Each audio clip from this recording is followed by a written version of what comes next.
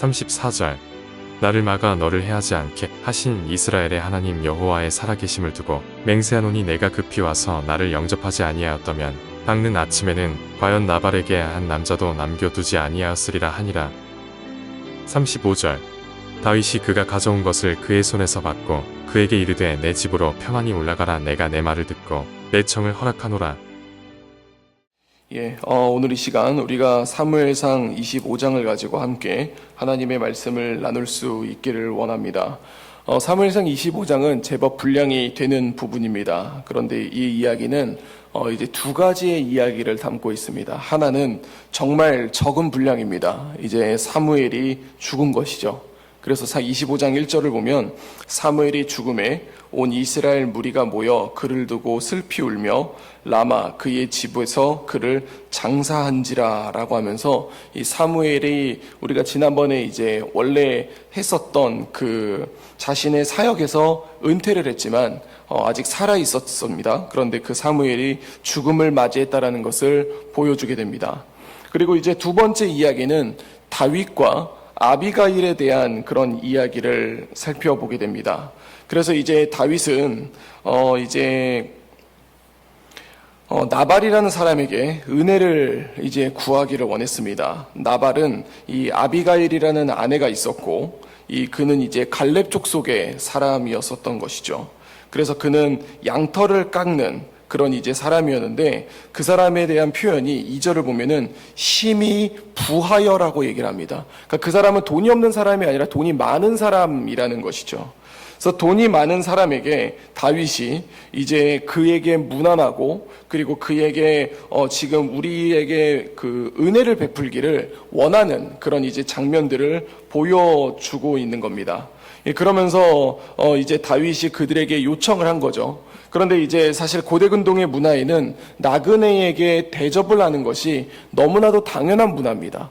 그래서 나그네에게 대접을 한 것이 그들에게 가문의 영광이고 오히려 대접하지 않는 것은 그 가문의 수치라고 이야기를 했었던 것이죠. 그런데 이제 다윗의 소년들이 나발에게 가서 그것을 요청을 했는데 근데 이제 나발이 뭐라고 말을 하냐면 10절을 보면 다윗은 누구며 이새의 아들은 누구냐? 요즘에 각기 주인에게서 억지로 떠나는 종이 많도다라고 얘기를 하는 거죠. 이것은 나발이 다윗을 몰랐다가 아니라 나발이 다윗을 모른 척했다가 더 맞는 표현인 것 같습니다. 그래서 이렇게 모른 척하는 이유는 안 주고 싶었던 것이죠. 그래서 11절을 보면 내가 어찌 내 떡과 물과 내 양털 깎는 자를 위하여 잡은 고기를 가져다가 어디서 왔는지도 알지 못하는 자들에게 주겠느냐라고 얘기를 합니다. 그러니까 이것은 이제 고대 근동이 가지고 있었던 문화와 전혀 상반되는 얘기입니다. 나그네는 알지 못하는 자입니다. 그리고 어디서 왔는지도 제대로 알 수 없는 자죠. 근데 그들에게 대접하는 게 고대 근동의 문화였는데 근데 그는 오히려 모르는 자기 때문에 줄 수 없다라고 이야기를 합니다. 근데 그 이야기는 이제 나발이 여러 가지를 우리가 좀 생각해 볼 수 있는데 첫 번째는 자기 재산이 아까운 겁니다. 내가 부자긴 하지만 이거를 나눌 수 없다. 왜냐하면 이거는 내 거기 때문이다. 라는 이제 그런 논리죠. 그래서 내 거를 다른 사람에게 주고 싶지 않은 그런 마음일 수 있고요. 또 두 번째는 이제 나발이 그 당시 이제 사울과 다윗이 있지 않습니까? 사울을 더 응원했기 때문에 그런 마음이었을 수도 있습니다. 그런데 이 맨 뒤에 부분을 보면 나발이 이제 그 잔치를 베풀면서 취해 있던 그 장면들을 본다면 아무래도 나발은 이 사울과 다윗 중에 사울 쪽에 서 있었다라기보다는 자기가 가지고 있는 소유를 나누고 싶지 않았다라는 것이 좀 더 무게가 있다라고 그렇게 볼 수가 있습니다. 그래서 그 이야기를 들을 때에 다윗은 이제 우리가 여기서 좀 오해하면 안 되는데요. 예를 들면 이제 우리가 갖고 있는 재산을 남에게 베풀지 않았다 그래서 그들이 갑자기 우리를 친다라는 것은 말이 안 되는 얘기지 않습니까? 근데 그 당시 문화이기 때문에 우리는 좀 이해를 해야 됩니다. 그 당시 문화는 이제 베푸는 문화가 있었는데 그거를 하지 않았기 때문에 다윗은 거기에 분노를 표했고 그래서 칼을 차서 그들을 치기 위해 올라가게 되었습니다. 그런데 이제 여기에 나발에게는 아비가일이라는 아내가 있었습니다. 그런데 그 아비가일이라는 아내는 앞에 얘기했던 것처럼 굉장히 총명했고, 그 다음에 이제 용모가 아름다웠고, 그러니까 모든 면에서 좀 지혜로웠던, 나발과 조금 다른 사람이었었던 것이죠. 아비가일이 다윗이 치러 온다라는 이야기를 듣고 18절을 보면 급히 떡 200덩이와 포도주 2 가죽 부대와 잡아서 요리한 양 5마리와 볶은 곡식 5세아와 건포도 100송이와 무화과 뭉치 200개를 가져다가 나귀들에게 싣고 이제 다윗에게로 나아갔다라고 얘기를 합니다. 그런데 19절에를 보면은 아비가일이 이거를 나발에게 얘기한 것이 아니라 그의 남편 나발에게는 말하지 아니하였다라고 얘기를 하죠. 그러니까 지금 아비가일이 자기가 가지고 있는 권한 안에서 이마만큼 자기가 쓸 수 있다라는 거예요. 그러니까 나발은 그만큼 굉장한 부자였다라는 걸 얘기하는 거죠. 굉장한 부자였기 때문에 지금 아비가일이 남편 모르게 이만큼을 다윗에게 베풀 수 있었다라는 것을 얘기를 합니다. 그래서 어쨌든 아비가일은 이거를 준비를 해서 다윗에게 나아가죠. 그래서 다윗에게 나아가서 이제 다윗을 이제 영접하면서, 그러면서 이제 이 제물을 바치게 됩니다. 그러면서 이제 우리가 그 24절을 보면은 그가 다윗의 발에 엎드려 이르되 내 주여 원하건대 이 죄악을 나 곧 내게로 돌리시고 이 여종에게 주의 귀에 말하게 하시고 이 여종의 말을 들으소서라고 얘기를 합니다. 그러니까 이 자체가 굉장히 좀 놀라운 표현이에요. 왜냐하면 다윗이 그들을 치러 올라올 때에 재물을 가지고 가서 우리를 살려주세요라고 얘기하는 것이 아니라 지금 당신에게 했던 죄악을 나에게 돌려달라고 얘기를 하고, 그리고 나에게 돌리고 우리 가정을 살려달라고 얘기하는 것이 아니라 내가 당신에게 말할 수 있는 기회를 달라고 얘기를 하는 겁니다. 그래서 이제 그 아비가일은 뭐라고 얘기하냐면 나발을 개의치 말라고 얘기를 하죠. 그러면서 나발은 그의 이름 뜻이 미련한 자라고 얘기를 합니다. 그러니까 미련한 자를 당신이 신경 쓰지 마시고 미련한 자 때문에 당신이 피를 내게 하지 말라고 이렇게 얘기를 합니다. 그러면서 아비가일은 뭐를 얘기하냐면 26절을 보면 내 주여 여호와께서 살아계심을 두고 맹세하노니 내 주도 살아계시거니와 내 주의 손으로 피를 흘려 친히 보복하시는 일을 여호와께서 막으셨으니. 그러니까 지금 자기가 하는 이야기는 단순히 내가 살기 위해서 얘기하는 것이 아니라 그 당신이 피를 흘리지 않게, 그러니까 보복하는 일을 막으려고 하나님이 지금 인도하시는 거라고 얘기를 하고 있는 겁니다. 지금 이 얘기는 어떻게 보면 다윗에게 돌려서 얘기를 하는 거죠. 뭐냐면 다윗은 하나님 말씀에 정당하게 이 칼을 빼든 것이 아니라 감정적인 분노를 하고 있다는 것이죠. 그러면서 지금 당신은 지금 분노하고 있습니다. 당신이 그렇게 감정적으로 움직일 것이 아닙니다. 당신은 지금 하나님의 인도하심을 들으셔야 됩니다라고 얘기를 하고 있는 겁니다. 그러면서 이제 그 아비가일이 뭐라고 얘기를 하냐면 28절을 보면은요, 주의 여종의 허물을 용서하여 주소서.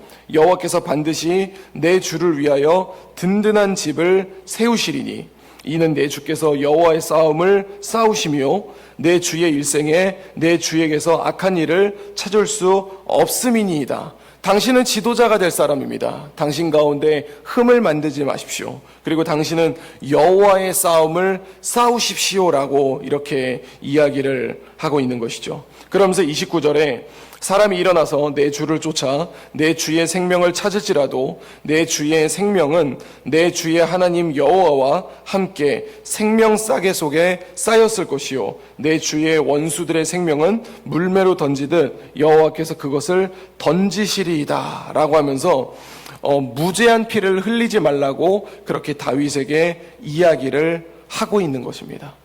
그 얘기를 할 때 다윗은 그 얘기를 들으며 32절을 보면 다윗의 분노가 이렇게 바뀝니다. 32절 보면 다윗이 아비가일에게 이르되 오늘 너를 보내어 나를 영접하게 하신 이스라엘의 하나님 여호와를 찬송할지로다. 이렇게 이야기를 합니다. 그러면서 내가 지금 복수하는 것을 네가 막았다라고 얘기를 하는 거죠. 그러면서 35절에 뭐라고 얘기하냐면 다윗이 그가 가져온 것을 받고 그러면서 그에게 얘기합니다. 내 집으로 평안이 올라가라라고 얘기를 하죠. 주 안에 사랑하는 성도 여러분, 지금 우리는 어떤 과정을 보고 있냐면 분노했던 감정이 평안을 돌리는 그 과정을 보고 있습니다. 다윗은 분노했습니다. 다윗은 분노해서 칼을 들었고 그 칼을 들고 실제로 가고 있었습니다. 그리고 이 본문의 표현에서 뭐라고 얘기하냐면 내일 날이 밝기 전에 네 가정에 있는 남자들은 한 명도 살아있지 않을 것이다라는 그런 마음을 가지고 나아갔던 다윗이었습니다. 그러니까 다윗의 분노는 엄청났었다라는 것이죠. 그런데 지금 아비가일이라는 여인이 그것을 막았고 그리고 하나님의 뜻을 전할 때에 다윗은 그 분노로 표현한 것이 아니라 하나님 앞에 찬송하면서 그 말을 전한 여인에게 평안함을 구하고 있는 것입니다. 지금 본문은 그 이야기를 하고 있고 결국은 나발은 하나님이 치셔서 죽음을 맞이하게 됩니다. 그리고 그 죽음을 맞이하게 되고 나중에 다윗은 아비가일을 자신의 아내로 삼게 되면서 오늘 본문은 마무리하게 되는 것이죠. 주 안에 사랑하는 성도 여러분, 오늘 본문은 우리에게 무엇을 말하고 있는 것일까요? 저는 오늘 본문을 보면서 우리가 굉장히 기억해야 될 것은 무엇이냐면 첫 번째는 우리가 하나님 앞에 거하지 않으면 하나님의 일을 보지 못한다라는 것을 기억했으면 좋겠습니다. 첫 번째는 다윗이라는 사람은 하나님이 세운 사람입니다. 그리고 하나님이 다윗을 인도하고 있습니다.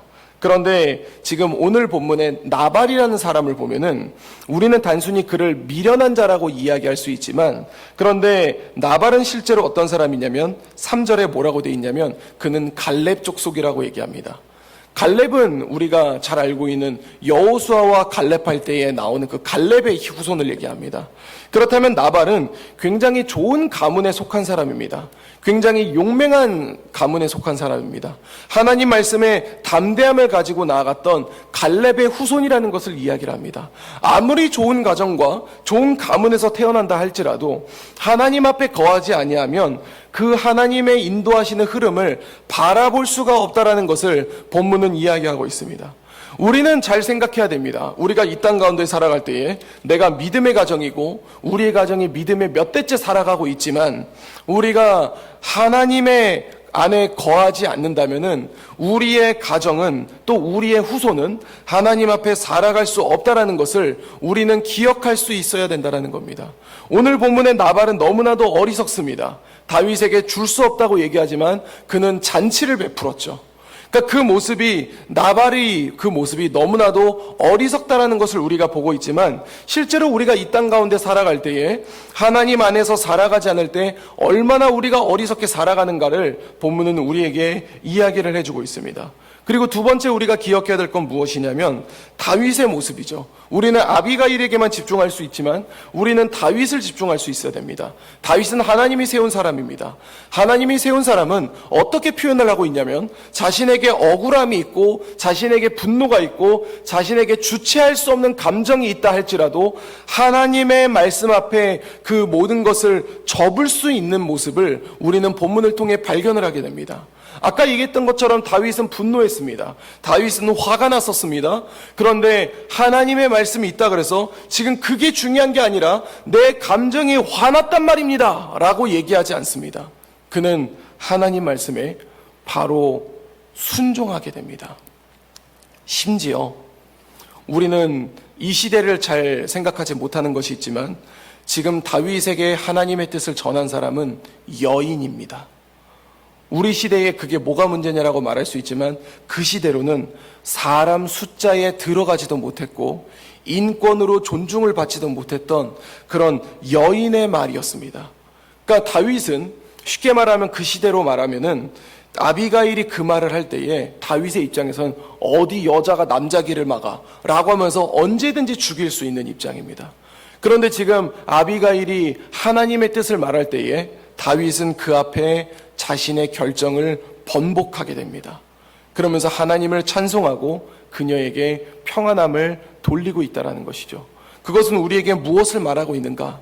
하나님의 사람으로 살아가는 우리는 나의 감정과 나의 분노가 있다 할지라도 하나님의 말씀 앞에 그 모든 것을 숙일 수 있어야 함을 오늘 본문은 이야기하고 있습니다.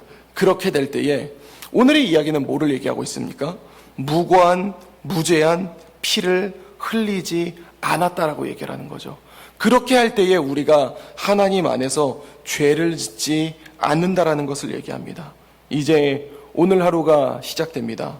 오늘 하루 우리가 이 하루를 살아갈 때에 또 우리를 뒤흔드는 여러 가지 환경과 상황이 있을 것이고 또 나의 분노를 끓게 만드는 그런 이제 여러 가지의 일들이 우리를 휩싸게 만들 겁니다. 또 오늘은 주일이죠. 또 오늘 우리가 교회에 있으면서 사람들과 관계를 가지고 부딪히며 또 화나는 장면들이 우리 안에 있을 수도 있습니다. 그러나 우리가 그런 부딪힘을 막기 위해서 우리가 외면하는 것이 아니라 우리가 이 사람들과 모든 성도들과 함께 관계를 가지고 대화를 하지만 우리 가운데 분노가 있고 답답함이 있다 할지라도 우리가 하나님 앞에 나아감으로 말미암아 그 모든 것을 순종하며 주 앞에 나아가서 서로에게 평안함을 전해줄 수 있는, 그래서 무죄한 피를 흘리지 않는 우리 재건부평교회 모든 성도님들이 될 수 있기를 우리 주 예수 그리스도 이름으로 간절히 축원드립니다.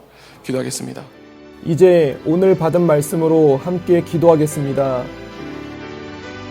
자신의 감정이 차올라 분노 가운데 내린 결정이라도 하나님의 말씀 앞에 멈춰서는 다윗의 모습을 보게 하소서. 감정이 중요시되는 시대에 오히려 하나님의 말씀을 더 중요시하는 우리 재건부평교회가 되게 하옵소서.